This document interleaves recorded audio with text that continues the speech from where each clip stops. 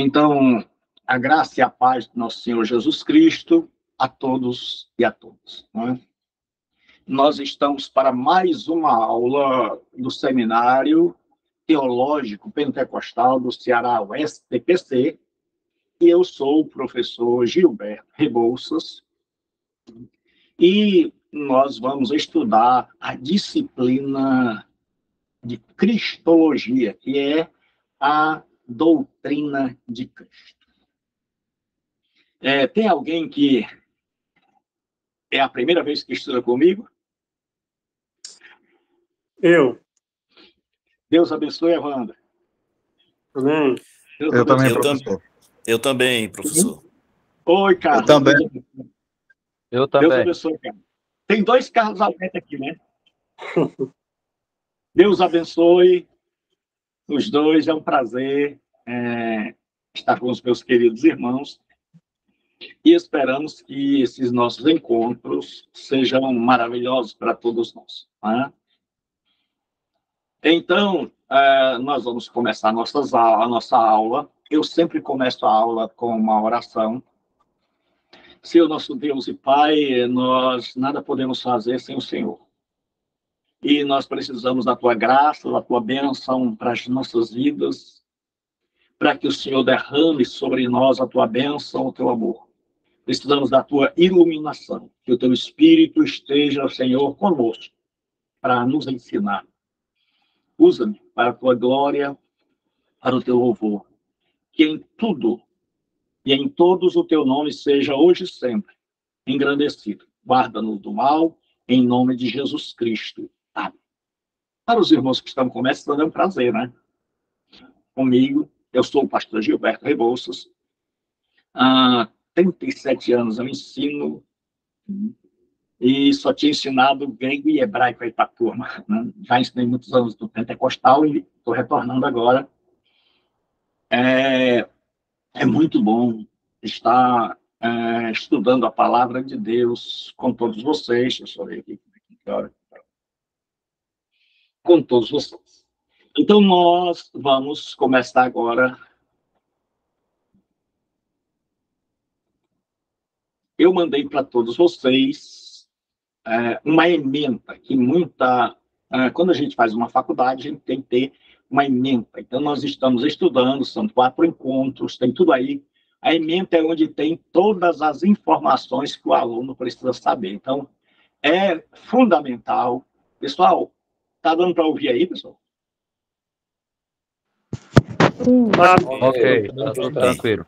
Ok, professor. Então, pessoal, meus irmãos, vocês estão com toda a liberdade de fazer pergunta.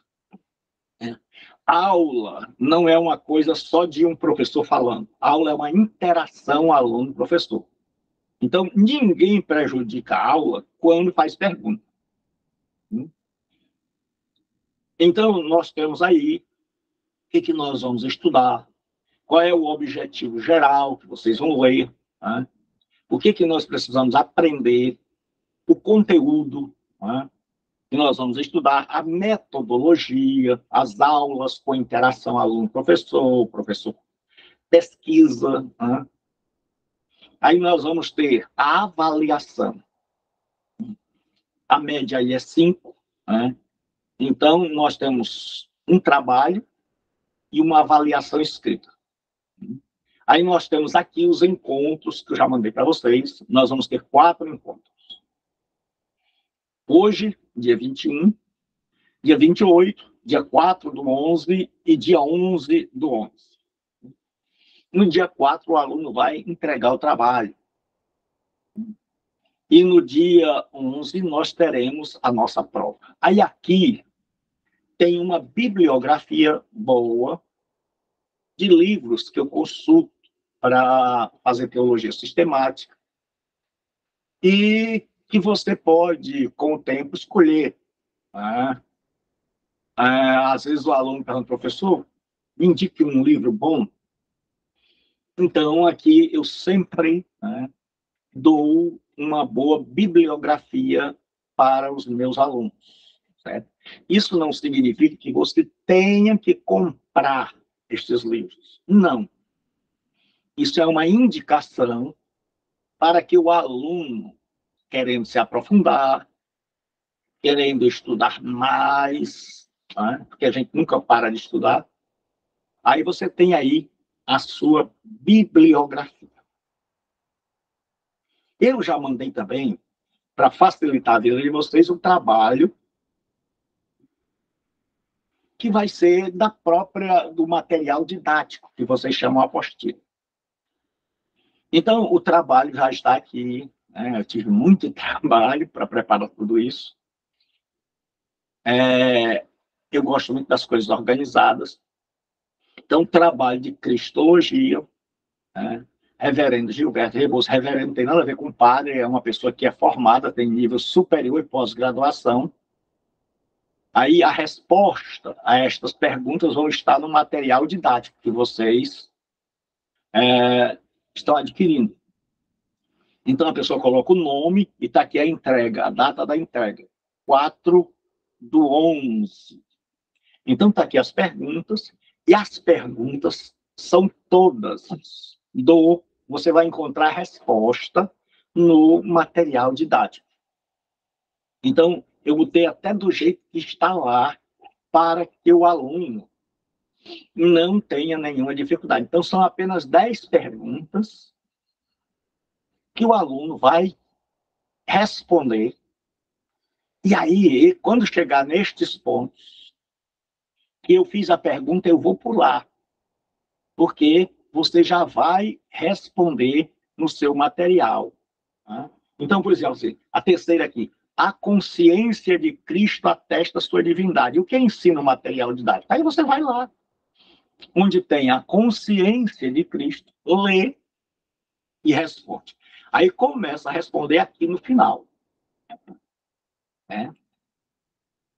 Deu para entender até aqui, pessoal? Entendi, sim. Alguém não entendeu? Amém, deu para entender.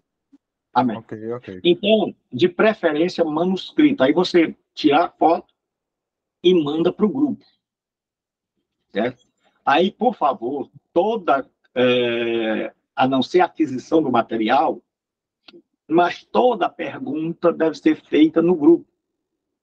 Porque eu trabalho todos os dias, irmãos. Então, eu não tenho condição de atender ninguém individualmente. Certo? Então, leiam a ementa e está aqui o trabalho. Alguma dúvida para eu esclarecer? Nenhuma. Não. Graças a Deus. Então, vamos começar a nossa aula, que é isso que a gente está querendo.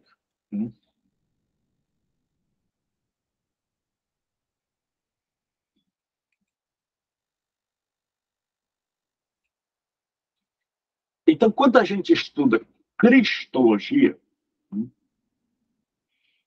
Cristologia é a doutrina do Cristo. Cristologia vem de duas palavras. Professor, você está gravando aí a aula? Está gravando? Quando aparece essa vermelhinha aqui, ó. Obrigado. Tá certo. Quando aparece essa vermelhinha aqui, ó, é porque ela está gravando, certo?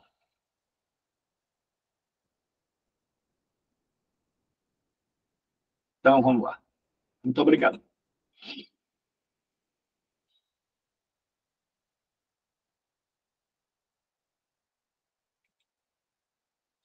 Então, vamos para a nossa... Então, Cristologia, ela vem de duas palavras. Christos, que é Cristo, e Logos, estudo, discurso, doutrina. Então, a Cristologia é um estudo acerca do que as Escrituras dizem acerca de Jesus Cristo. Então, nós vamos começar a doutrina de Cristo com o primeiro assunto. Né? A gente estuda a pré-existência de Cristo. A gente estuda as duas naturezas de Cristo. A gente estuda a pessoa de Cristo, os ofícios de Cristo, a morte e ressurreição de Cristo, sua ascensão e exaltação. Então, tudo isso tem aí no material. E nós vamos começar pela pré-existência. Todos nós nascemos. Então, nós começamos a existir a partir do nascimento. Cristo é o ser humano diferente, porque ele é pré-existente, ele existia antes do seu nascimento. E no Antigo Testamento, então vamos fazer uma coisa, logo antes para a nossa aula. Qualquer hora que vocês quiserem fazer uma pergunta, é só ligar o microfone e fazer. Amém, pessoal? Amém. Estão acordados, pessoal? Sim, Amém. sim, pastor, amém. Amém. Eu já dormi antes. E eu gosto muito de perguntas. O aluno que pergunta não atrapalha a aula, pelo contrário. Então, nós vamos ver a pré-existência de Jesus no Antigo Testamento. No Antigo Testamento, aparece um ser especial, que é o Malar Yahvé, o Malhar Yahvé. É o anjo do Senhor. As nossas Bíblias já traduzem hoje esse personagem com o A maiúsculo. Anjo com A maiúsculo. A Almeida, século XXI. Porque esse personagem, o anjo do Senhor, no singular, Malar Yahvé, ou Malar Adonai, é Jesus Cristo em seu estado pré-encarnado, ou seja, antes da encarnação. Então, nós vamos ver que esse anjo do Senhor, ou seja, Jesus Cristo, então, o anjo do Senhor é a pessoa de Jesus Cristo. Nós vamos ver que esse anjo é distinto, é diferente de todos os outros. E diz assim, e o anjo do Senhor achou junto a uma fonte de água no deserto. Aqui é a história de Agar. Agar foi embora e o anjo do Senhor a encontrou no deserto. E aí o que acontece? Então lhe disse o anjo do Senhor, torna para tua senhora e humilha-te debaixo das suas mãos. Diz-lhe mais o anjo do Senhor, eu multiplicarei. Esse anjo fala como o próprio Deus. Né? Eu botei o eu implícito aí, porque tem assim, multiplicarei sobremaneira. E aí tem o eu. Todo verbo tem um pronome implícito. Então esse anjo promete multiplicar a descendência de Agar. É por causa dessa história aqui que nós estamos vendo a guerra no Oriente Médio. De árabes, que são filhos descendentes de Agar, com os descendentes de Isaac. Nós estamos vendo uma confusão até hoje por conta disso. Então, o que aconteceu? Ela chamou o nome do Senhor. Veja que ela está falando com um anjo. E ela chama esse anjo de Adonai, Senhor, que falava com ela, tu és Deus. Olha o que ela diz, tu és Deus. Se esse anjo não fosse divino, ele teria repreendido na hora. Mas ele aceita. Porque esse anjo não é outra pessoa senão Jesus Cristo no Antigo Testamento. Então ele vai aparecer como o anjo do Senhor. Segunda vez que esse ser aparece a Abraão. Aí Abraão, eu não vou ler o texto todo, você vai ter condição de ler, né? Abraão está ao meio-dia, lá nos Carvalhais, e Abraão, o anjo do Senhor vem. E diz assim, mas o anjo do Senhor lhe bradou desde o céu e disse, não, desculpe, essa aqui é aquela do Monte Moriá. Diz assim, mas o anjo do Senhor lhe bradou e disse, Abraão, Abraão, e ele disse, eis-me aqui. Então disse, não estenda a tua mão sobre o moço, e não lhe faça nada, porquanto agora sei que temes a Deus. Aí diz assim, não me negastes. Ou seja, não negastes a mim. Mas quem é que está falando? O anjo do Senhor. E como essa tradução aqui é antiga, não botaram o A maiúsculo. Não me negaste, ou seja, não negaste a mim. O anjo fala como o próprio Deus. Ele disse, por que você não negou a mim, o teu único filho? Aí ele repete de novo, não me negaste o teu filho. Deveras te abençoarei. Quem abençoará? Eu. E quem é o eu aqui? O anjo. Então nós estamos vendo que esse ser aparece e ele é diferente. Primeiro, ele é chamado de Deus e ele não repreende. Ele aceita. Segundo, ele diz que vai multiplicar. Vai fazer coisas que só o próprio Deus pode fazer. Depois ele aparece a Abraão. E ele diz, Abraão, você não negou a mim. Se esse anjo não é Deus, não é divino, então ele está roubando a glória do único Deus. Então ele está agindo errado. Mas esse anjo é Jesus Cristo. Tanto que no Novo Testamento nós não temos mais o anjo do Senhor. E quando nós temos, tem uma adjunta adnominal para explicar quem é.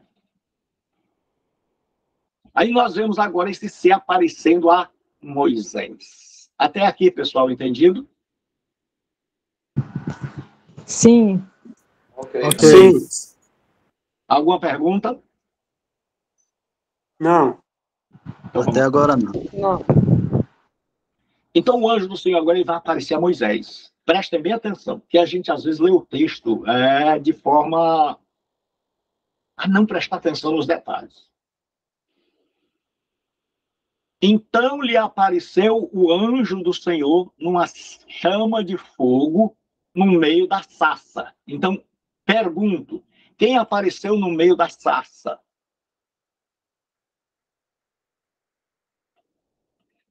O anjo do Senhor. Muito obrigado. Quem apareceu no meio da sarça? O anjo O do anjo do Senhor. Senhor, que é o anjo do Senhor, que é o próprio Deus. Que é Cristo. É. Vamos aí confusão. Então, o que acontece? O anjo do Senhor aparece a Moisés no meio da sarça. Moisés vai olhar. E aí, e vendo o Senhor, quem viu? O Senhor. O O Senhor. Que se virava para ver, bradou Deus a ele. Quem foi que bradou? Deus. Deus. Mas olha, de onde Deus bradou? Do meio? Do meio da sarça. E quem é que estava no meio da sarça aqui? O anjo do Senhor. O anjo do Senhor. Então o anjo do Senhor é o próprio Deus. Cristo. Deus.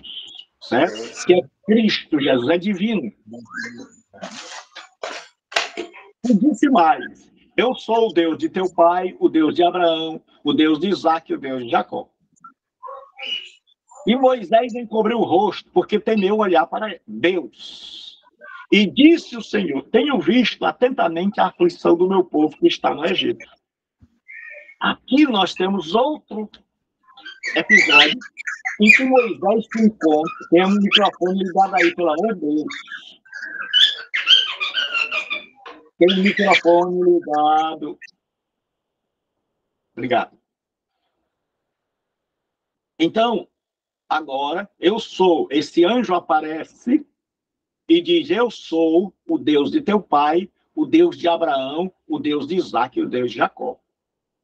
E Moisés encobriu seu rosto, porque temeu olhar para Deus, e disse o Senhor, tenho visto atentamente a aflição do meu povo. Então, mais uma vez, o anjo do Senhor aparece e fala como o próprio Deus. Outro texto que nós vamos ler. Então, todos os textos do Antigo Testamento, com exceção de Zacarias, o anjo do Senhor é a pessoa de Jesus Cristo. O que foi que eu disse? O anjo do Senhor é a pessoa de Jesus Cristo. Então você vai olhar o contexto e você vai ver que esse anjo é diferente.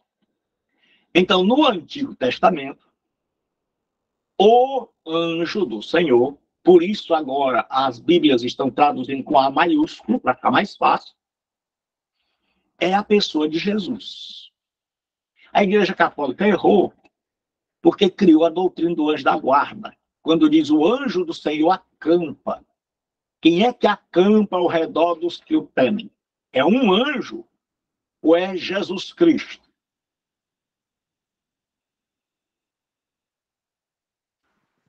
Jesus, né? Jesus. Então, a irmã está dizendo assim, né? Como quem diz assim, quem sabe? Eu estou chutando. Não, Eu disse para você, vou explicar de novo. Todo personagem que aparece no singular, o anjo do Senhor, no Antigo Testamento, com exceção de Zacarias, é Jesus Cristo, em seu estado pré-encarnado, que a gente chama de cristofania, uma aparição momentânea. Então, quem é o anjo do Senhor que acampa ao redor dos que o temem? Jesus Cristo. Amém. Graças a Deus. Então, agora diz assim, então o Senhor abriu os olhos a Balaão, e ele viu o anjo do Senhor, que estava no caminho, com a espada desembainhada. Pelo que inclinou a cabeça e prostrou a sua face.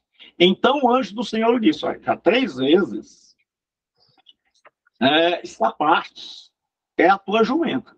Né? Eis que eu saí para ser teu adversário, porquanto o teu caminho é perverso diante de mim. O anjo está falando como o próprio Deus. Ele diz, olha, eu saí ao teu encontro. E você só escapou por causa da jumenta. Porque o teu caminho é perverso diante de mim. Aí, quando a gente tem um pronome, a gente vê o antecedente. É o anjo do Senhor. E aí, quando a gente vê o anjo do Senhor, a gente volta atrás para saber quem é que está falando, quem é o sujeito. Quem é o sujeito aqui? O Senhor. O Senhor. Então quem é esse mim aqui? O Senhor. É o Senhor. Certo? Então Balaão disse ao anjo do Senhor, pequei, porque não sabia que estavas no caminho. Então o anjo do Senhor aparece a Abraão. Agora, vai haver outra maneira de Cristo aparecer. No Antigo Testamento, é como um ser humano. É o que a gente chama de cristofania. Cristo, mas faino. É uma manifestação temporária de Cristo. E ele vai aparecer a Abraão. Nesse texto aqui, diz assim, apareceu-lhe o Senhor nos carvalhais de Mamre. Mamre era o centro do culto cananeu. Então, diz, 3 homens vieram ali 3 homens. Então agora o Senhor está aparecendo na figura de um homem. E vem 3 homens, e Abraão pensa que são 3 peregrinos, 3 viajantes. E como era costume naquela época, você ser hospitaleiro, Abraão, ele recebe aqueles 3 homens sem saber. Mas quando eles estão aí conversando, Sara está fora, lá na outra parte da tenda, porque naquela época a mulher não podia conversar com os homens, então ela está, digamos assim, se a gente fosse falar hoje, lá na cozinha. E aí, como Abraão, depois de ter servido a alimentação aos 3 homens, que ele não sabe quem são, ele não sabe que um é o Senhor, e que os outros 2 são os 2 anjos que vão destruir Sodoma e Gomorra. E aí, quando termina de servir aquele homem principal dos 3, chega e diz assim, e disse o Senhor a Abraão, agora já não está mais falando de 3 homens, agora o autor identifica quem é a pessoa, Adonai, o Senhor. Abraão, por quê? O Senhor tinha dito, olha, Abraão, você me abençoou, você me deu alimento, então eu vou te recompensar. Porque com Deus, primeiro você dá a Deus desinteressadamente. Abraão não sabia que era Deus. Abraão deu, sabendo, eu vou matar uma ovelha, eu vou ter gasto. Mas o coração dele era de hospitaleiro, abençoador. E por conta disso, de dar de forma desinteressada, ele recebeu. E aí o Senhor fala para ele, diz, olha, por esse tempo, seja ano que vem, eu virei a ti. E tua mulher terá um filho. E aí Sara riu. Sara riu. E aí o Senhor sabe, ela está lá atrás. E disse o Senhor a Abraão, por que se riu Sara? Dizendo, na verdade, darei à luz ainda?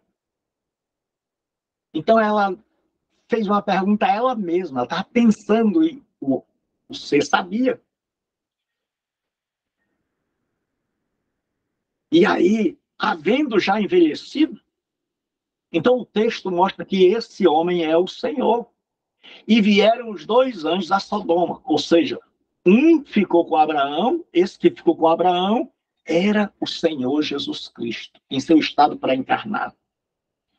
E aí Abraão vai fazer a ele aquela oração, Senhor, tu és o juiz de toda a terra. Se lá tiver 50 justos, então Abraão está orando ao Senhor, ele percebe que aquele homem que ficou com ele não é um homem comum, mas é uma visitação divina, que na teologia a gente chama de cristofania. Até aqui tudo entendido, pessoal? Sim. Sim, professor. Vamos lá. Esse mesmo ser aparece a Jacó. Essa história mais... toda história bem conhecida da Escritura. Não?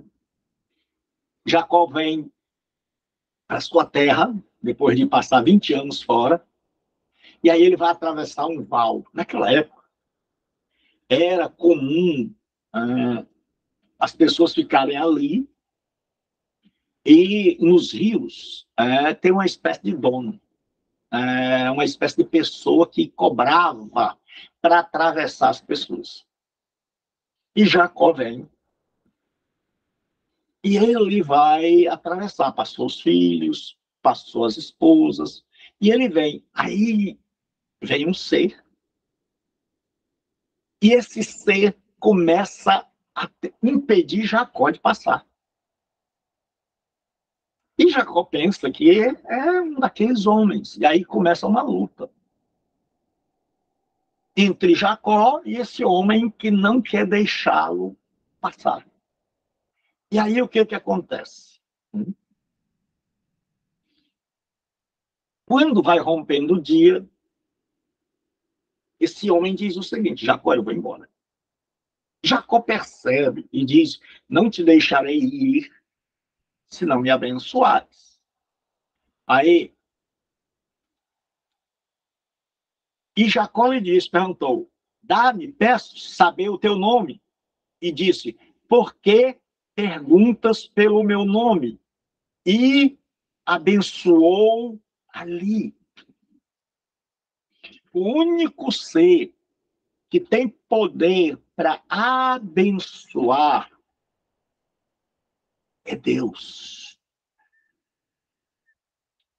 O único ser que tem poder para abençoar é Deus. O que foi que eu disse? O único ser que tem poder para abençoar é Deus. Então, o que acontece? Quando a gente quer abençoar alguém, a gente diz assim: o Senhor te abençoe. A gente roga que Deus o abençoe. Porque o único ser capaz de abençoar realmente ou amaldiçoar é Deus. Aí diz assim: e chamou Jacó o nome daquele lugar Peniel. Já expliquei isso para vocês. Panim é face. El é Deus. Então, Peniel é face de Deus. Então, aquele homem, Jacó disse aqui: eu estou vendo temporariamente a face de Deus. Porque dizia: tenho visto a Deus face a face. É o que a gente chama de cristofania. Cristo, o ser divino, o Deus Filho, aparece a Jacó. E no final da história, Jacó o reconhece. E aí nós vemos uma mudança na vida de Jacó. Nós vemos uma transformação, porque teve encontro com o Filho de Deus. Outra é Josué. Esse é tremendo. Josué cercou Jericó. E aí Josué sai para fazer a ronda de comandante. Quando Josué está fazendo a ronda, ele percebe um homem com a espada desembainhada, nua, fora da bainha, pronto para a guerra. E Josué tinha muitos soldados. E Josué faz uma pergunta. Ele disse assim: Josué, chegou-se Josué a ele e disse: tu és dos nossos ou dos nossos inimigos? Então Josué chega e diz assim: ó, de quem você é soldado? Dos nossos ou dos nossos inimigos? E aí aquele ser diz: não, mas venho como príncipe dos exércitos do Senhor. Ele está dizendo: Josué, eu não sou nem soldado teu, nem soldado dos teus inimigos. Continência, Josué. Eu sou o teu general. Eu sou o Yahvé Savaoth. Eu sou o Senhor dos exércitos. Aí Josué entendeu. Olha o que aconteceu com Josué. Josué se prostrou com o rosto em terra e o adorou. Quando ele ouviu que o Yahvé Savaoth estava ali, ele que estava pensando que era um mero soldado, Jesus diz: olha, Josué, eu sou o Yahvé Savaoth, príncipe de todos os exércitos. E aí Josué se ajoelha E aí, olha o que Josué faz. Então disse o príncipe dos exércitos do Senhor a Josué: descalça o sapato dos teus pés, porque o lugar que estás é santo. O que ele mandou fazer, pessoal? Descalçar o sapato dos pés. E os homens? Cadê? A turma aí? Um homem aí, um homem. Sapato dos pés. Ah, por quê? Porque o lugar que tu estás O lugar onde estava era tudo. Ah, e quem foi que disse isso lá no Êxodo? O Senhor. Lá para Sim, Moisés. Senhor. Moisés. Então é o mesmo que está aqui dizendo, ó, tira o sapato, tira a sandália. O lugar que você está é terra santa. Aí o pessoal não sabe que aqui estava em Jericó, que é uma cidade amaldiçoada. Porque quem faz o lugar santo, santo não é o lugar, é o Deus que santifica. É o que nós vamos chamar de Yahvé Mikadiskim, o Deus que nos santifica. Então veja, lá no Monte Horebe, o lugar é santo. Aqui, perto de Jericó, o lugar é santo. Mas por quê? Porque o santo está presente. Deu para entender? Amém. Amém. Então nós Amém. vamos ver Amém. agora o Novo Testamento, para a existência de Jesus. Por que é importante? Porque muita gente pensa que Jesus... Pastor Gilberto. Oi. Senhor. Aqui, Pastor Gilberto, a gente sempre estudou essa parte, eu sempre tinha curiosidade, é o seguinte, retira as sandálias dos teus pés, porque o lugar onde estás pisando é santo. Uhum. Aí muitas pessoas indagavam sobre o porquê da retirada das sandálias dos seus pés. Alguns diziam, segundo eu dei uma pesquisada, que é porque as sandálias naquela época eram feitas geralmente de couros de animais. E esses animais não eram, vamos dizer assim, oferecidos ao Senhor. Era de restos de animais mortos, encaçados em algo assim, e eles utilizavam esse couro, logicamente, para proteger os seus pés. Por isso que o Senhor diz, ó, retira a sandália dos seus pés, porque o lugar onde está pisando é santo. Eu sempre tive isso na minha cabeça, entendeu? Uhum. A questão também a principal é que naquela época o Senhor ele andava calçado e o servo andava descalço. Vocês lembram do filho pródigo que voltou para casa como? Sem nada. Sem nada. Sem sandália, sem mão, sem anal, sem nada. Ele voltou como? Descalço. Descalço. Por quê? Porque ele tinha se tornado escravo. Então aqui, quando Deus diz assim, tira a sandália dos teus pés, é para a pessoa reconhecer que está diante do soberano do universo, do qual todos nós somos apenas servos. Deu para entender, pessoal? Amém. Ok. Amém. Então, se eu fico de sandália naquela época, porque tudo está dentro de uma cultura, se eu fico de sandália naquela época diante de Deus, para outra pessoa que visse, ia pensar que eram dois amigos conversando. Mas vendo um descalço conversando com o outro, sabia que o que estava descalço era quem?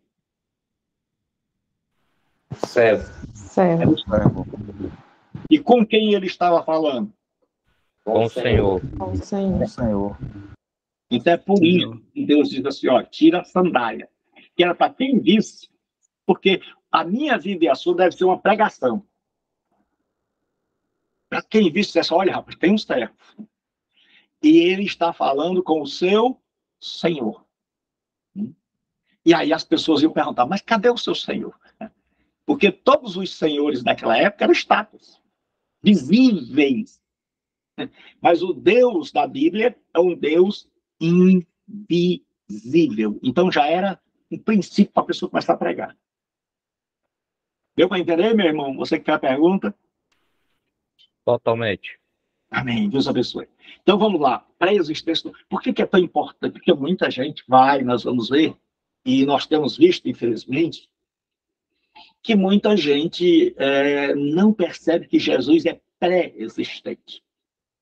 E lá na frente vai surgir muita gente contestando a pré-existência de Jesus e até mesmo sua divindade. Então, uma vez aceita a pré-existência de Jesus, a sua divindade é fácil. Então, João vai falar, no princípio era o verbo, e o verbo estava com Deus, e o verbo era Deus. Como eu já ensinei a vocês, enarre, enrologos. Kai rologos em prostonteon, kai teos em rologos. Ou seja, no princípio, ele está pensando em Gênesis. Quando Deus começa a criar, o verbo já era, já existia. Segunda frase, o verbo estava com Deus. O verbo é distinto de Deus, são duas pessoas distintas, não há lugar para o unitarianismo. E o verbo era Deus, fala da sua divindade. Então Jesus já existia. E aí os judeus contestam, numa passagem de polêmica, os judeus contestam. Tá?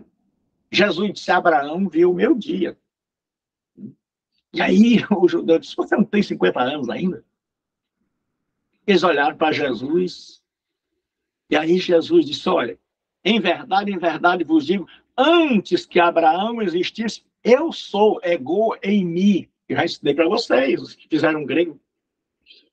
Eu sou. Quando Moisés pergunta a Deus: Senhor, qual é o teu nome? Ele diz: eu sou. Eu sou. Ierri. Eu sou, ou eu serei o que serei. E Jesus diz: olha, eu existo antes de Abraão. Antes que Abraão existisse, eu já era. Aí ele diz assim: Pai, glorifica-me com aquela glória que eu tinha contigo antes que o mundo existisse. Jesus disse: eu sou anterior a toda a criação. E aí Paulo vai dizer que ele é pré-existente. Na carta aos Colossenses, há uma heresia que só tem lá. E essa heresia rebaixava Jesus a um mero anjo. Diga, Irã. Professor, dá para a gente se explicar aí por que os testemunhos de Jeová diz que Jesus é um Deus criado? Ele foi criado, foi gerado.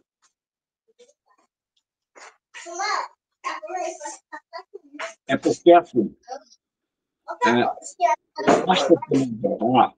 como nós vamos ver, elas vêm de um homem chamado Ário.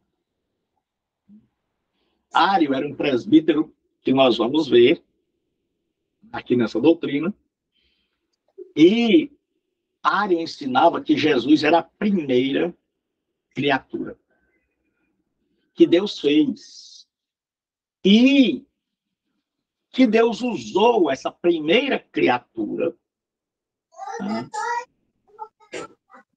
como auxiliar na criação. E as testemunhas de Jeová ressuscitaram esse ensino que já tinha sido condenado. Pessoal, tem um microfone ligado, pelo amor de Deus. Então, o que acontece?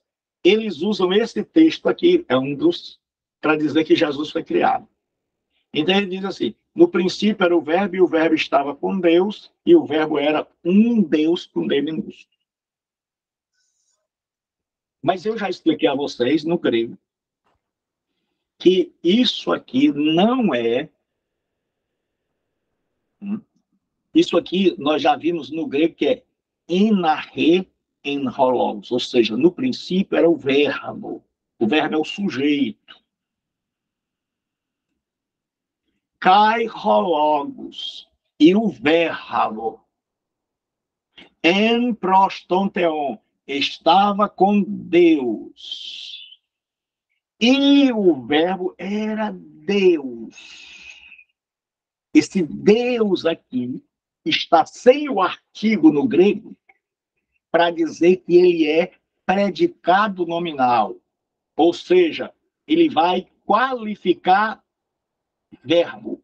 Quem era o verbo? O verbo era divino. Então, essas três frases assim. No começo, Jesus é pré-existente. Antes de Deus dizer, haja luz, quando lá no começo Deus disse, Bereshit, bara, Elohim, vet, hashamayim, vet, haaretz, que vocês já viram comigo. No princípio criou Deus o céu e a terra. Nesse princípio, João diz que Jesus já era. Jesus já estava ali junto do Pai. Deu para entender, irmã, né? Deu certo, viu? Eita, apareceu até um cachorro agora aí. Então, vamos lá.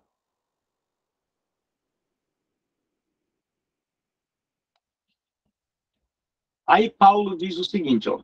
Paulo vai colocar Jesus no lugar certo. Eles colocaram Jesus abaixo. Os gnósticos tinham uma história de tronos, principados, potestades, e até hoje os crentes têm pensado que aquilo ali é um ensino paulino. Então tem hierarquizado os anjos. Não, Paulo está citando a crença dos gnósticos na heresia colossenses. Aí Paulo diz o seguinte, ele é antes de todas as coisas, e todas as coisas subsistem por ele. Paulo diz que Jesus é pré-existente. Ele não é o último anjo, como diziam os hereges, mas ele é antes de todas as coisas. E aí, no hino que Paulo usa, Paulo pega um hino, né, e ele coloca na sua carta um trecho nesse hino, e nesse hino, lá em Colossenses, em Filipenses, ele diz assim, sendo em forma de Deus, a palavra forma aqui é a palavra morfeteu, ou seja, forma de Deus, não teve por usurpação ser igual a Deus. Ou seja, nós vamos ver, quando nós estivermos estudando a encarnação, que isso aqui é o princípio da encarnação. Então, Paulo estava dizendo que Jesus, antes da sua encarnação, ele tinha a forma, subsistia em igualdade com o Pai. E ele era pré-existente, sendo em forma de Deus. Mas esvaziou-se a si mesmo. Então, existe um antes desse mais e um depois desse mais, como nós vamos ver lá na frente, tudo a seu tempo. Né?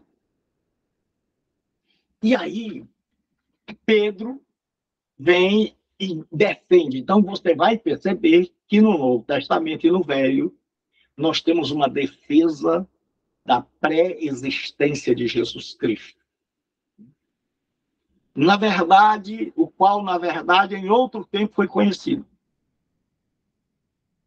Ainda antes da fundação do mundo, mas manifesto nesses últimos tempos por amor de vós. Desde os dias de Pedro e de Paulo já havia esse problema. Então Pedro chega e diz, olha, ele foi conhecido, ele foi manifestado, ele existe antes da fundação do mundo. Até aqui deu para compreender? Sim, professor. Compreendido, professor. Amém. Então nós vamos ver agora, Deus prepara o mundo para receber a Cristo. e tem a preparação negativa. Diz assim: mas vindo a plenitude dos tempos, Deus enviou seu filho, ou seja, Deus tinha que enviar Jesus na hora certa. E por que Deus não enviou Jesus lá no Éden, quando Adão pecou? Então nós vamos ver aqui, certo? Primeiro, para mostrar a verdadeira natureza do pecado e o grau de depravação a que chegaria a raça humana entregue a si mesma. Então, Jesus não veio logo, não veio morrer logo, porque Deus queria que o homem soubesse até onde o pecado levaria. Há uma máxima na teologia que diz que nós não fazemos tudo que nós somos capazes.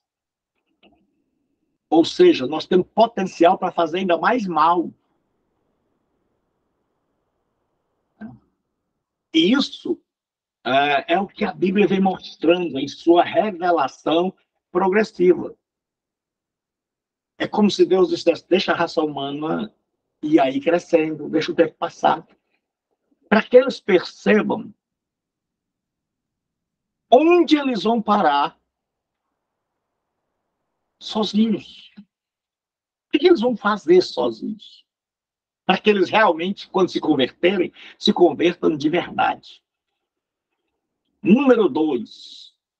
Revelar à raça humana a impossibilidade absoluta de preservar ou recuperar um conhecimento adequado de Deus ou salvar-se a si mesmo.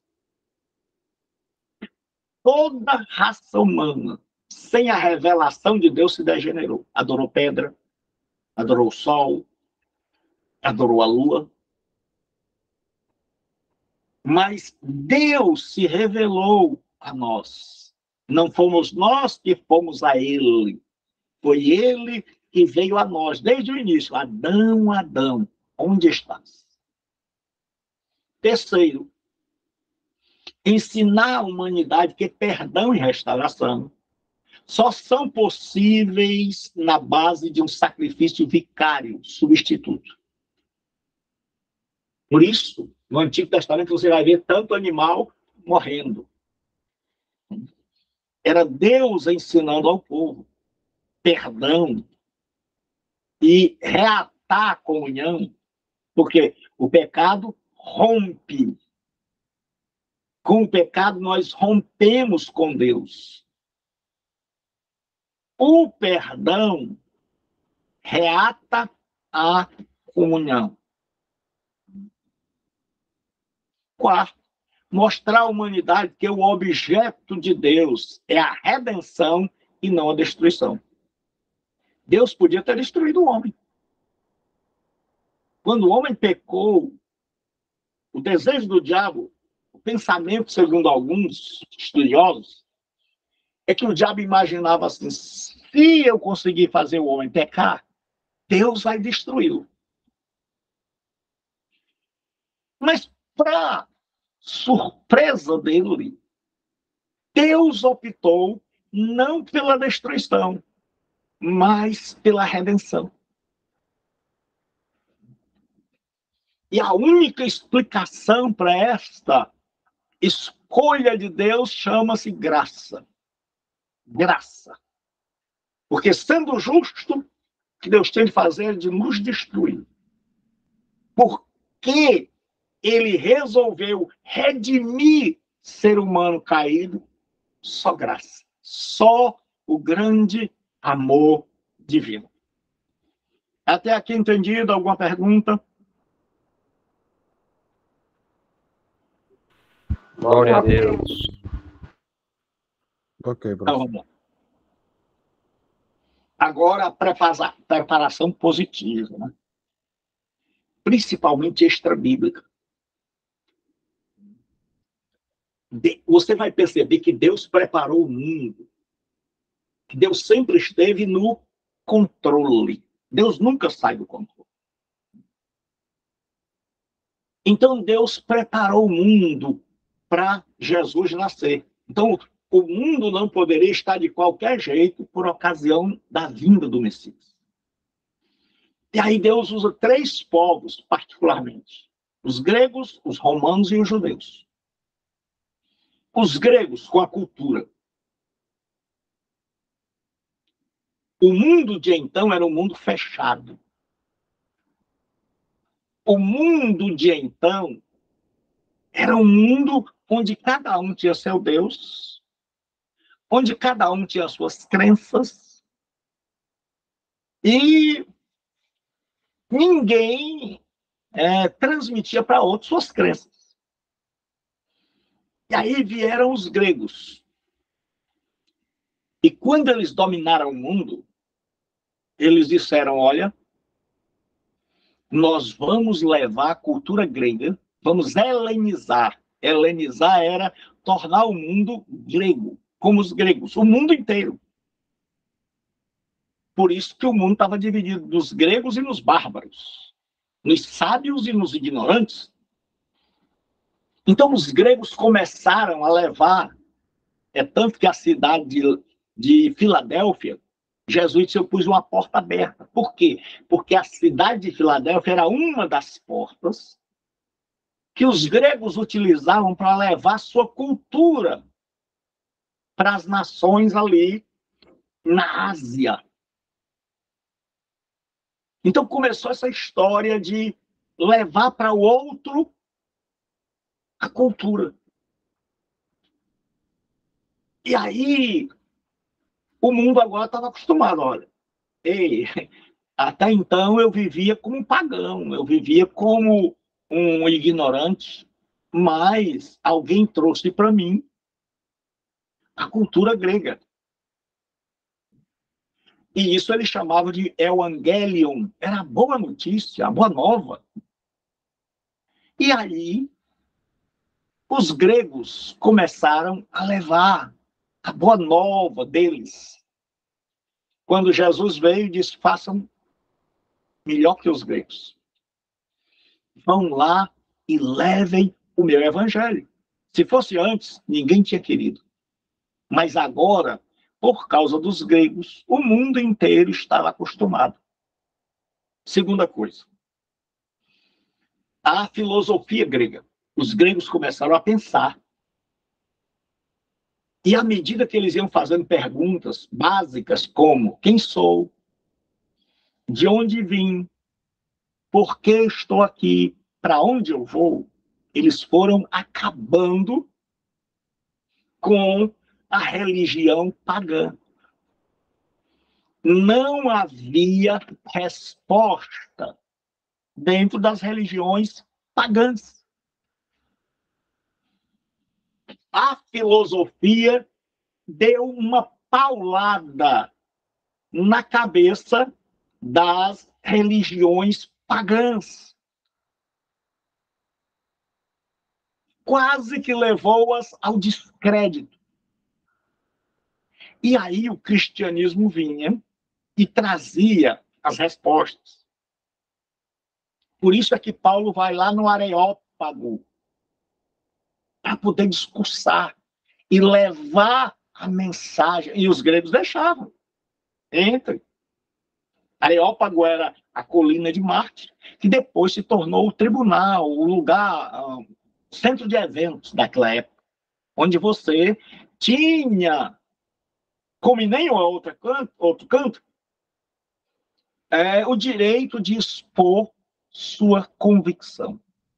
Então Paulo chega e diz, olha, eu tenho um evangelho que traz resposta para as perguntas da filosofia. Então, os gregos que cataram na filosofia grega, ela começou a fazer pergunta e o povo começou a ficar doido. E aí, enquanto o povo perguntava, os cristãos levavam as respostas. Outra coisa foi que nós já estudamos a língua grega.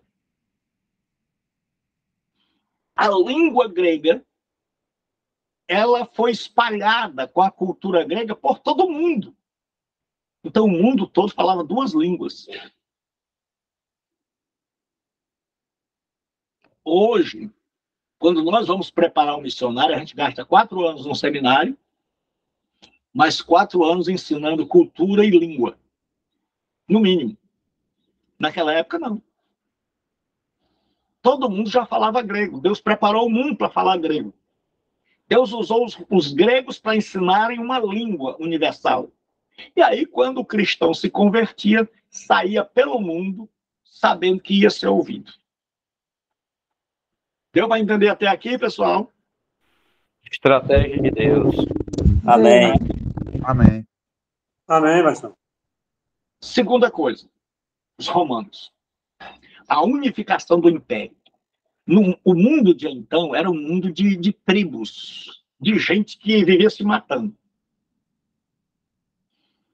E aí, quando os romanos assumiram o poder, eles implantaram, eles fizeram do mundo inteiro conhecido um mundo só. Agora não existia mais o país tal, o país tal, o país tal, a tribo tal. Era o Império Romano. E aí eles criaram o que se chama de Pax Romana. A paz romana era assim: Roma colocou suas legiões. Legião era composta de 3 a 6 mil soldados. Preste bem atenção, legião não é nome de demônio. Legião era o nome de uma guarnição romana. E era utilizado nos dias de Jesus para qualquer grande quantidade. Como tinha muito demônio, o demônio disse que o nome dele era legião. Então, o que acontecia? Roma disse, olha, ninguém guerreia mais, quem manda aqui sou eu. E para manter a paz, Roma colocava suas legiões naqueles países mais problemáticos. Por exemplo, em Israel, eles colocaram perto do templo a fortaleza Antônia, onde Pilatos estava e onde os soldados estavam. E aí o que aconteceu? O mundo não estava como o nosso hoje. O mundo estava em paz. O mundo estava em paz. Então agora, o império é um só, você pode viajar tranquilo e não há guerra. Não há guerra. Em terceiro lugar, Roma criou estradas. Por isso que tem o dizer, quem tem boca vai a Roma. Porque Roma construiu estradas que são conhecidas até hoje, que ligavam todo o império a Roma. Tinha a Via Ignátia, estradas que Paulo usou. E o que eles faziam? Faziam estradas que cortavam o mundo todo e colocavam soldados, legiões, para guardar. Pegaram os navios com suas tropas e varreram os piratas dos mares. Então, agora, no mundo do Império Romano, você podia viajar. Porque você tinha segurança dos soldados. E no mar não havia mais piratas. E o mundo estava unido. Você podia ir de uma parte para outra. Por isso é que Paulo começa suas viagens no ano 63, por aí. E ele vai. E ele termina em 57, em 12 anos, ele alcança o mundo. Por quê? Porque o mundo tinha uma só língua, a grega, todo mundo falava, porque o mundo estava cheio de perguntas, porque o império era um, então eu podia ir de uma parte para outra, porque tinha paz e porque tinha estrada e soldado para proteger. Então, era a hora exata para Jesus vir. Deus preparou tudo. Deu para entender até aqui? Deu. Amém. Muito bom, né? Muito bom. Amém. Para entender. Então, agora nós vamos ver o judeu. Qual foi a contribuição? O monoteísmo. O judeu, quando foi expulso da sua terra, que você vai ver assim, rapaz, como é que esses magos souberam que Jesus vinha? Então, quando o judeu foi embora da sua terra pelos babilônios, 722 pelos assírios e 586 pelos babilônios, eles levaram a fé monoteísta, a crença em um único Deus. Shema Israel Adonai Eloheinu Adonai Echad, ou seja, ouve Israel, o Senhor nosso Deus, o Senhor é um. Então, quando eles chegavam nas outras terras, na Babilônia, na Síria e nos lugares onde eles eram desterrados, eles levaram essa crença do monoteísmo. E lá na Babilônia, o judeu fundou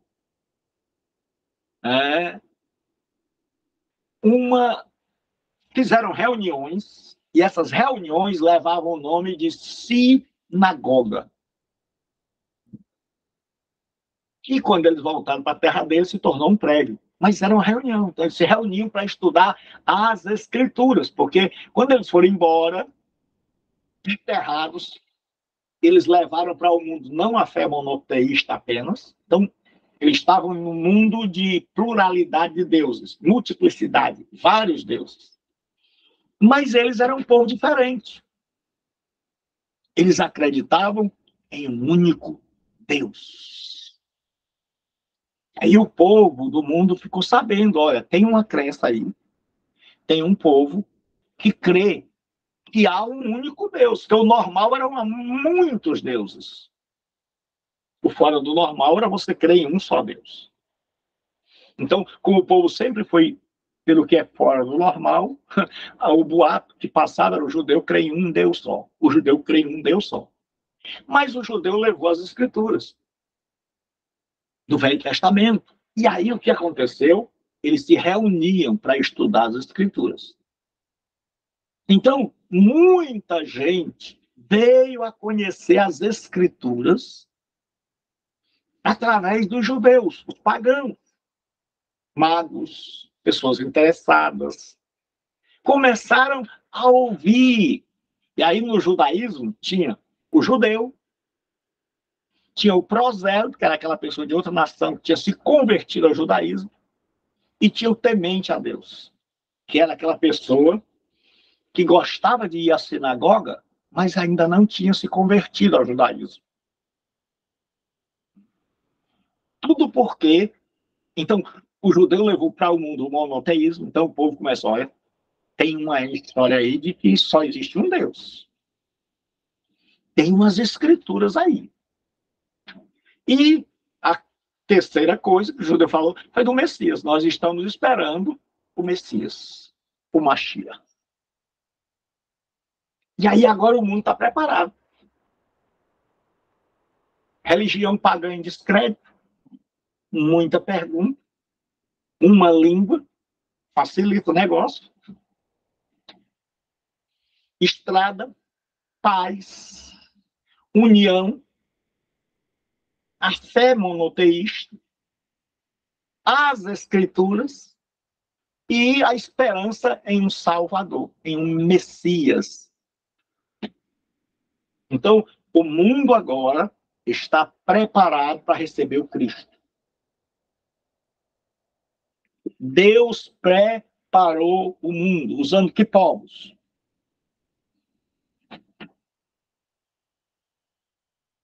Romanos, gregos e judeus. Amém. Isso mesmo. Deu para perceber a providência de Deus, o cuidado de Deus? Sim. Sim. Exatamente isso que está chamando a atenção. O cuidado e a soberania de Deus desde o princípio. Porque a gente fica assim meio preocupado. E agora, Israel? Meu irmão, Deus está no controle. Ai, e o diabo está se levantando. Deus está no controle. Amém. Deus nunca larga a corda.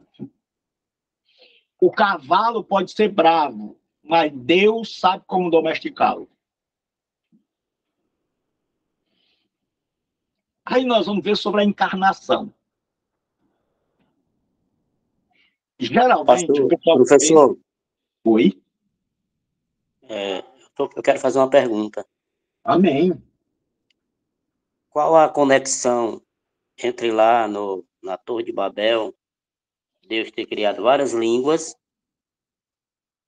e essa, agora, preparando o mundo para Jesus vir, um mundo falando só um idioma universal, no caso era o grego. Existe alguma conexão aí? Se o senhor souber, me diga aí, por favor. O grande é porque nós vamos ver a Torre de Babel é o resultado do pecado.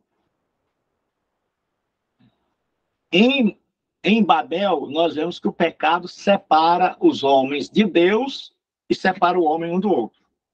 Foi o que eu disse, pessoal? Separa os homens de Deus e os homens do outro. Só tem uma irmã que está falando aí. Os homens... A Torre de Babel, ela... Mas fala mais alto, tá baixinho. A Torre de Babel... Tá ouvindo agora? Tô, tá melhor. Pronto. A Torre de Babel, ela evidencia o pecado no homem querendo chegar a Deus. Não foi isso que eu disse. Vou explicar de novo. Pessoal, o pecado traz separação entre o homem e Deus e entre o homem e o outro e o seu semelhante. O que foi que eu disse, pessoal?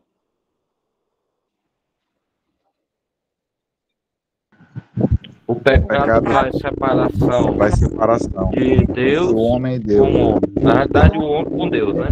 E do homem com seu semelhante. Tanto e faz, com seu semelhante. O homem com Deus ou Deus com o homem. E o pecado traz separação entre o homem e o outro homem. Então, em Babel, nós estamos vendo isso. E o rompimento com Deus é o rompimento com o meu próximo. Vou dizer de novo. O rompimento com Deus é o rompimento com o meu próximo. Foi o que eu disse? O rompimento com Deus é o rompimento com o meu próximo. Por isso que no cristianismo, eu e você temos que amar o próximo. Porque se nós fomos perdoados, se o pecado está resolvido, então nós temos que estar de bem com o próximo. Aí é por isso que nós vemos que nós precisamos ainda de muita ação de Deus, porque nós temos muito problema com o próximo. Nós temos problema até com a próxima denominação, quanto mais com o próximo descrente. Hoje, está todo mundo orando por Israel, mas pouca gente ora pelos árabes, que não tem nada com isso, que estão lá sofrendo, levando bomba, que não são do Hamas, que não são do Hezbollah, que tem ódio de Israel, porque já tiveram filho morto. Se eu e você tivéssemos um filho morto pelos Estados Unidos, nós também odiaríamos. Mas que são ignorantes e precisam da nossa oração. Deu para entender, pessoal? Sim. Então, professor, eu tenho que ser resolvido com Deus, primeiramente, para me resolver com o ser humano, meu semelhante. Ou seja, na verdade é assim, na hora que eu me resolvo com Deus, eu devo estar resolvido também com o meu semelhante. A prova de que eu estou resolvido com Deus é a prova de eu estar resolvido com o meu semelhante. Se eu não estou resolvido com o meu semelhante, é uma forte evidência de que o negócio entre eu e Deus, entre mim e Deus, não está bem. Deu para entender? Pastor, muito obrigado. Foi bom demais. Você que uma pergunta? O profeta Isaías, no capítulo 59, versículo 2, ele diz: mas as vossas iniquidades fazem separação entre vós e o vosso Deus. Isso. E os vossos pecados encobrem o seu rosto de vós, para que Isso. vos não ouçam. Quer dizer que o pecado, ele fez separação entre nós e o nosso Deus. E Deus e nós. E Deus de nós.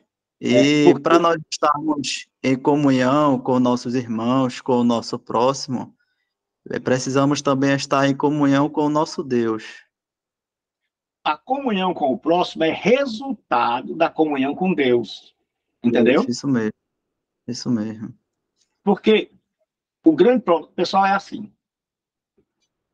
Quem tem aí energia em casa? Energia Eu. elétrica. Ok. Então, Vocês, Tenho. se você não meter o dedo na tomada, você leva um choque? com Se, certeza.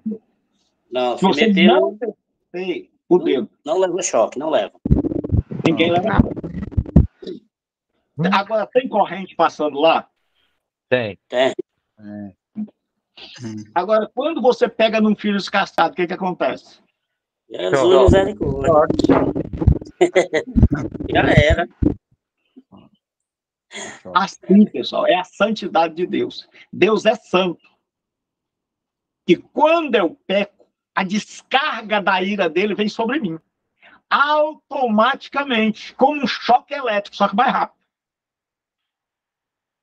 Deu para entender? Com certeza. Sim. Então, a ira de Deus se levanta contra todo pecado.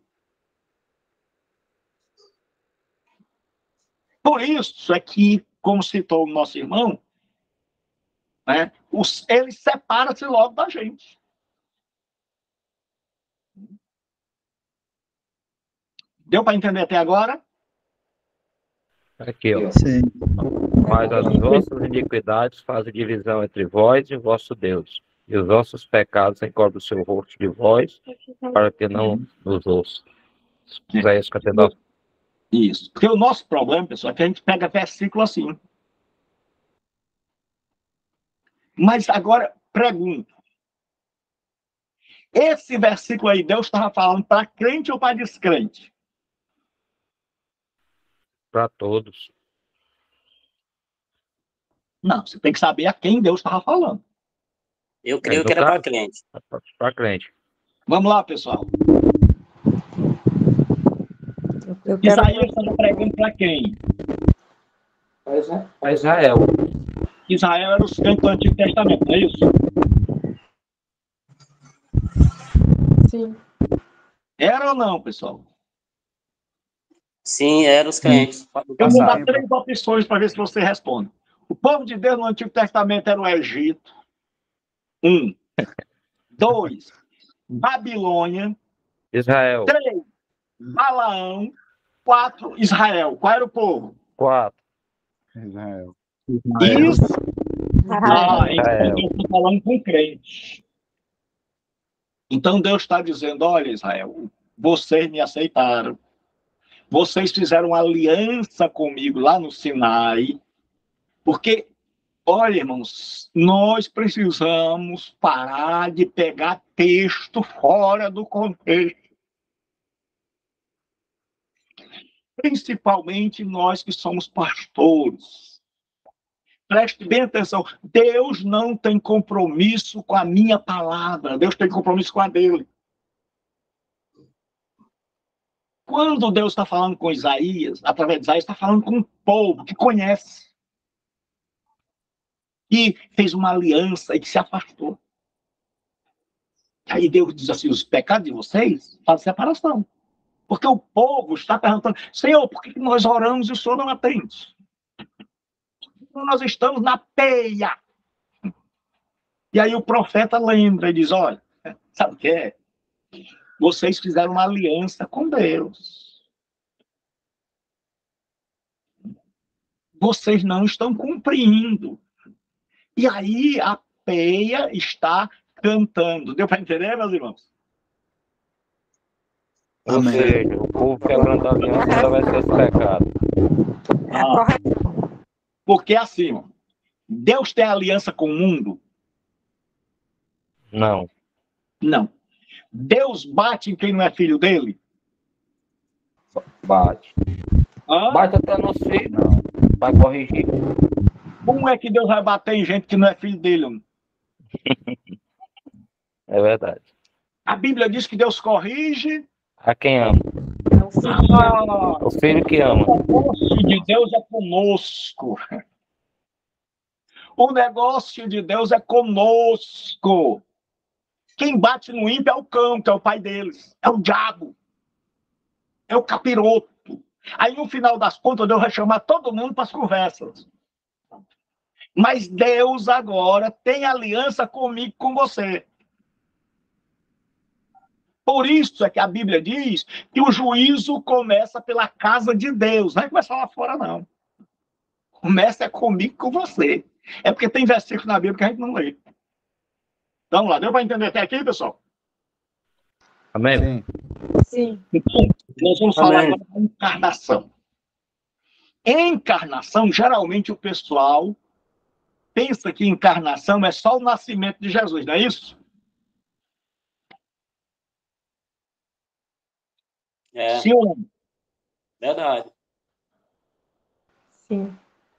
Encarnação, pessoal, é todo o período que Jesus viveu aqui, do seu nascimento até sua morte. Certo? Então, a encarnação começa com o nascimento e ela vai terminar quando? Com a morte do Senhor. Então, durante todo esse período, Jesus está no que a gente chama de seu estado de humilhação. Então, encarnação é todo o período de vida de Jesus aqui, 33 anos e meio aproximadamente. O que é a encarnação? O período onde Jesus esteve aqui. Todo o 33 período anos. que Jesus teve em carne. O que é a encarnação? É todo o período em que Jesus esteve em carne. Do seu nascimento Aí, até a sua morte. Aí agora nós vamos começar a ver o início da encarnação. Quando é que isso começou? Já que terminou na cruz. É o que a gente chama de... Jesus tem dois estados. O estado de humilhação é quando ele está aqui. Então ele está como servo. E o estado de exaltação é quando ele está lá no céu agora. Então, quando ele esteve aqui, ele estava em seu estado de humilhação. Ele era o servo.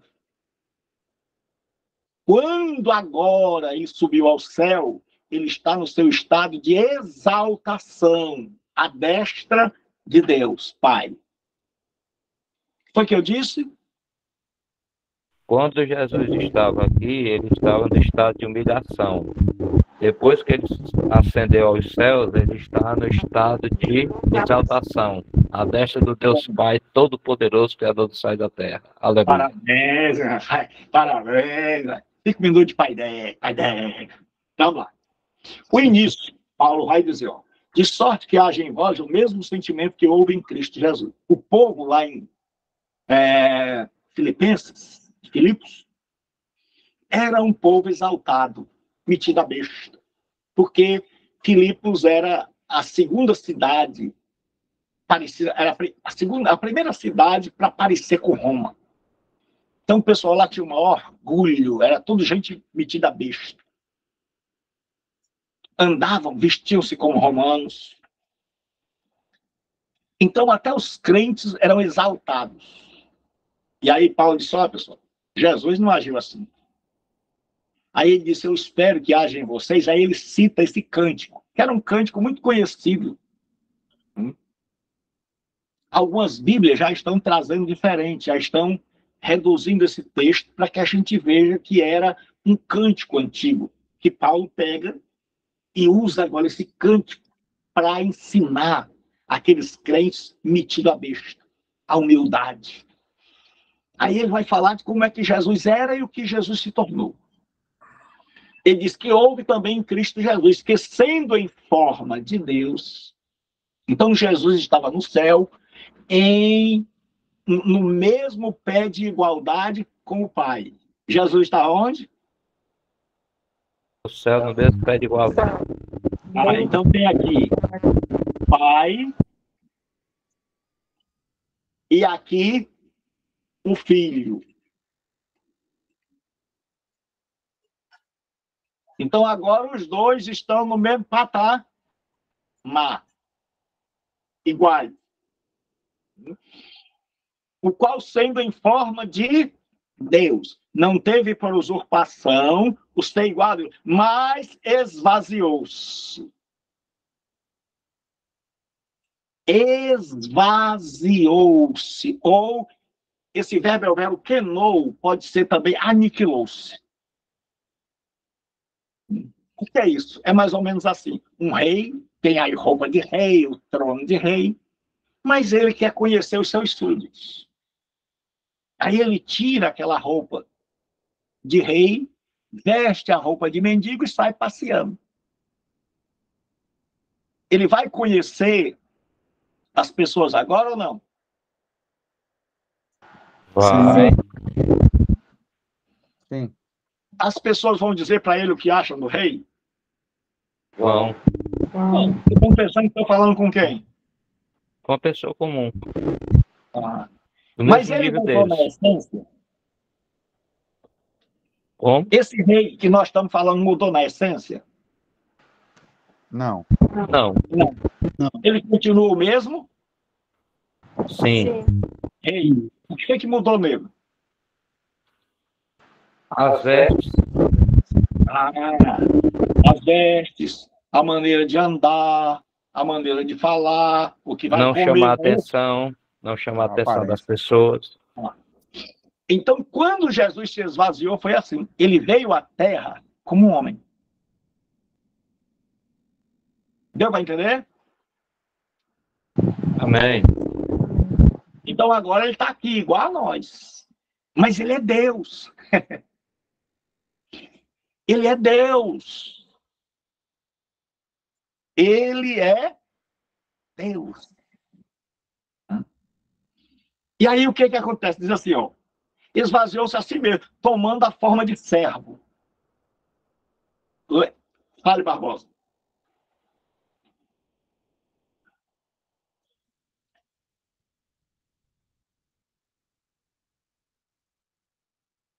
Falam lá com a mão.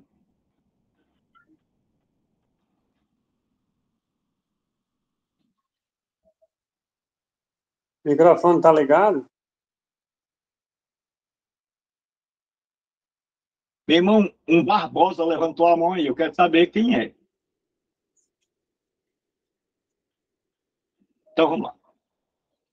Até aqui deu para entender, pessoal? Amém. Então, Jesus tomou a forma de quê? De servo. Certo.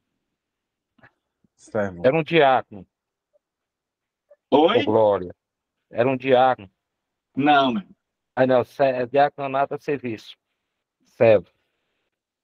Tá bom. O irmão Barbosa apareceu aí. Oh, glória. Servo é a palavra doulos, é escravo. Agora veja, Jesus antes tinha a forma de Deus. Forma de quê? De Deus. De Deus. E agora? De servo. A forma continua a mesma. Mas ele, agora, no agir, ele passa de Deus para servo. Aquele que é adorado, aquele que é exaltado, que é o Senhor da minha vida, que é o Senhor da tua vida. Aquele a quem os anjos cantam glórias. Aleluia. Ele se faz servo. Isso é humilhação. Isso é esvaziar-se. Ele disse, eu não vim para ser servido, mas para servir. Como o nosso cristianismo está distante. Como nós precisamos desesperadamente que Deus haja na nossa pobre vida, nas nossas igrejas. Em forma de Deus, esvaziou-se. e se tornou servo. E ele disse: eu não vim para ser servido. Eu vim para servir. Aí Paulo diz assim, fazendo-se semelhante aos homens. Agora ele é semelhante. Só tem uma diferença, ele não é corrompido pelo pecado. E achado na forma de homem, humilhou-se. É muita humilhação. Primeiro ele desce. O diabo tentou subir, disse: eu subirei, eu serei, caiu. Jesus desceu. Vamos ver o que vai acontecer. Humilhou-se a si mesmo, sendo obediente até a morte. Ou seja, sua obediência, ela foi tanto durativa, desde o nascimento até a morte, como ela foi taxativa. Mesmo sabendo que ia morrer, ele não deixou de obedecer. Pergunto a vocês, se Jesus tivesse mudado o discurso dele, teria sido morto? Não, Não. Não. com certeza não. Mas Acho que não. ele sabia que se continuasse pregando daquele jeito ia morrer? Com certeza. Com certeza. E foi o intuito dele, né?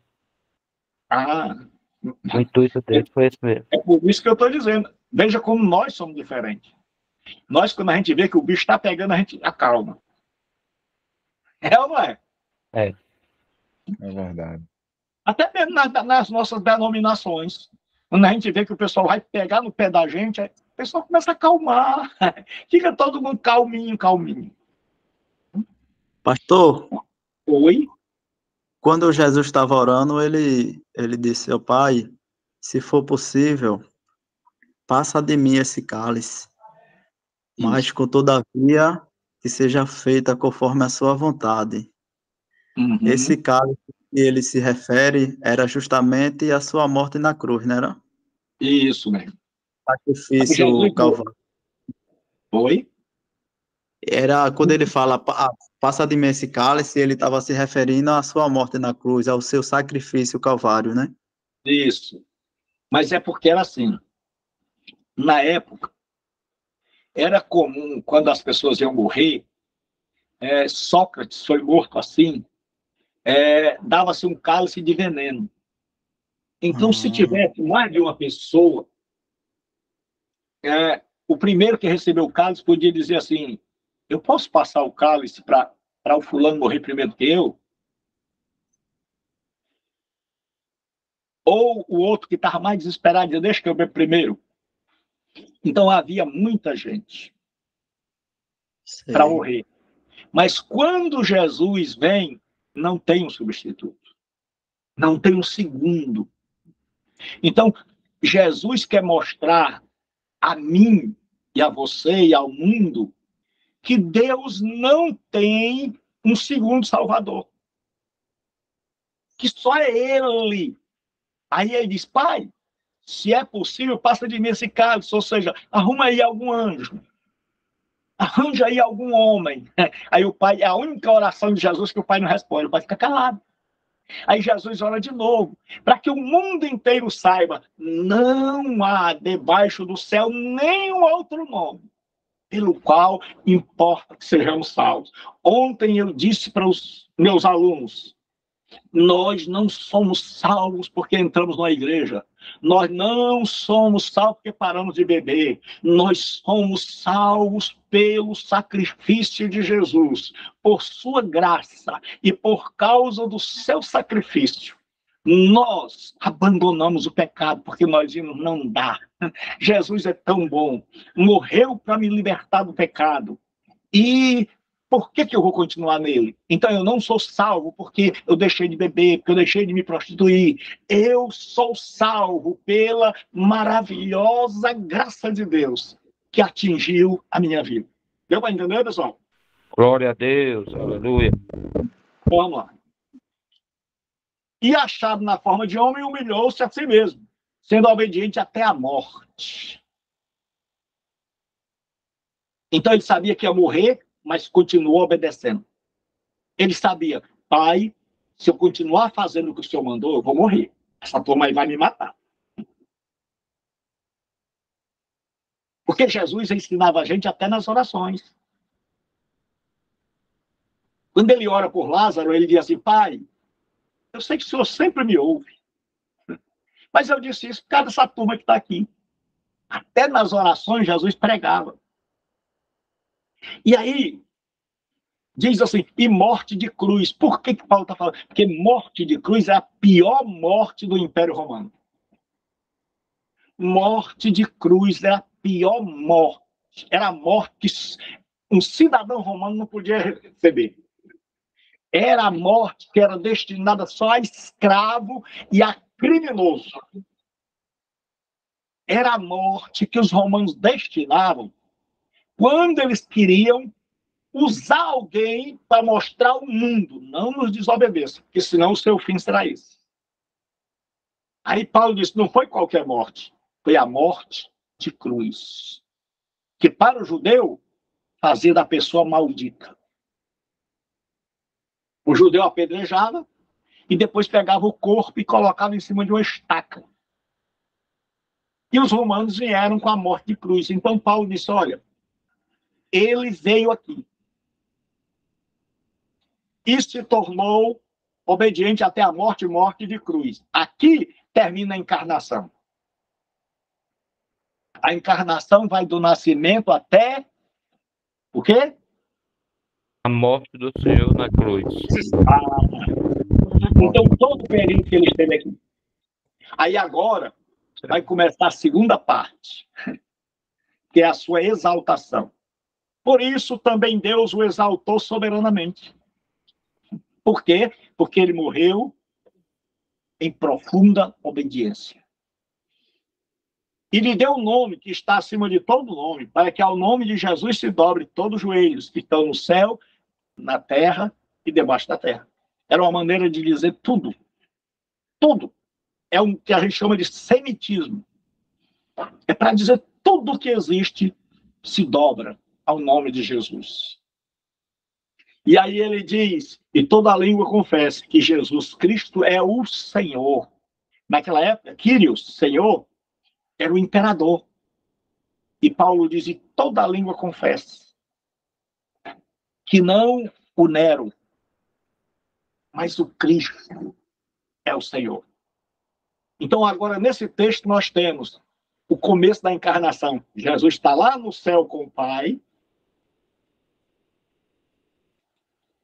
no mesmo pé de igual. Verdade. Aí, voluntariamente, ele fica aqui embaixo agora. E agora ele se torna o quê?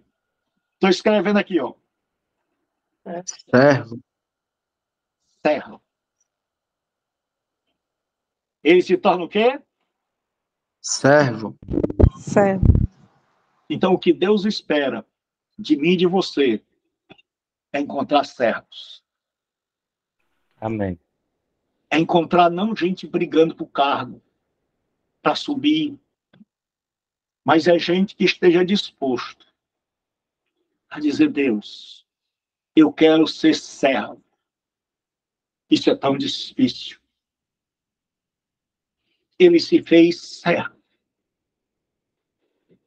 Ele é Senhor antes, Senhor hoje, porque se tornou servo. Ele só está na glória porque teve coragem de passar pela cruz. Preste atenção no que eu vou dizer. Nós só nos tornaremos senhores se nós formos servos. Nós só chegaremos à glória se passarmos pela cruz. Não há glória sem a cruz. Não há glória sem a cruz. Ninguém vai reinar sem que antes tenha servido. Jesus veio e ele disse, eu vos dei o exemplo. É isso que ele espera de mim e de você. A minha teologia é uma teologia que muda a vida. Não enche sua cabeça. O que eu espero é que Deus abençoe sua vida, a minha, e que a teologia que nós estudamos possa mudar a nossa vida e dizer, Senhor, eu quero servir. Senhor, eu não quero brigar por cargo. Eu não quero brigar para saber quem vai ser o presidente da igreja. Senhor, eu quero servir. Eu quero fazer como o Senhor está disposto a abrir mão da minha glória, descer do trono e me assentar com os humildes e me tornar um servo. Que Deus possa nos abençoar. Alguma pergunta? Então, Não. fiquem com Deus. Até o próximo sábado. Espero que tenham gostado da aula. Amém. Foi uma benção. Amém. Paz do Senhor, irmão. Deus abençoe. Deixem um comentário de presentes. Fulano, presente. Beltrano, presente. Então, quem está presente, deixe o comentário aí. E aqueles que vão assistir depois pelo YouTube, deixe o comentário. E o meu canal lá no YouTube é Gilberto Rebouças, tudo minúsculo. Gilberto Rebouças. Eu vou mostrar aqui para você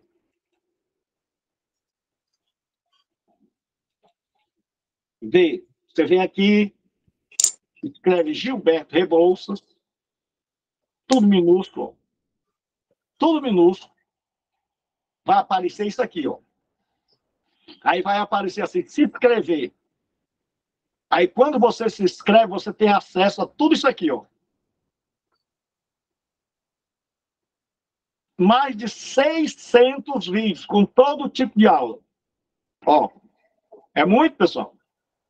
Maravilhoso. É muito? Glória a Deus. Glória a Deus. Pastor, o senhor sabe que hoje é seu aniversário, né? Então, quem está aniversariando pode receber oração, não é verdade? Pode. Amém? Se o senhor nos Então, permite, pessoal, vamos por favor, Amém. antes do irmão terminar a oração, venham aqui. Aí você vem aqui, ó. Vai aparecer aqui, inscreva que você vai ter tudo isso aqui, ó. Vai ter aula que não acaba mais. Né? Então agora pode orar, meu irmão. Amém. Maravilhoso e eterno Deus, Deus de poder, Deus de glória. Aqui estamos em tua presença para te louvar, te exaltar e glorificar o teu nome. Te agradecer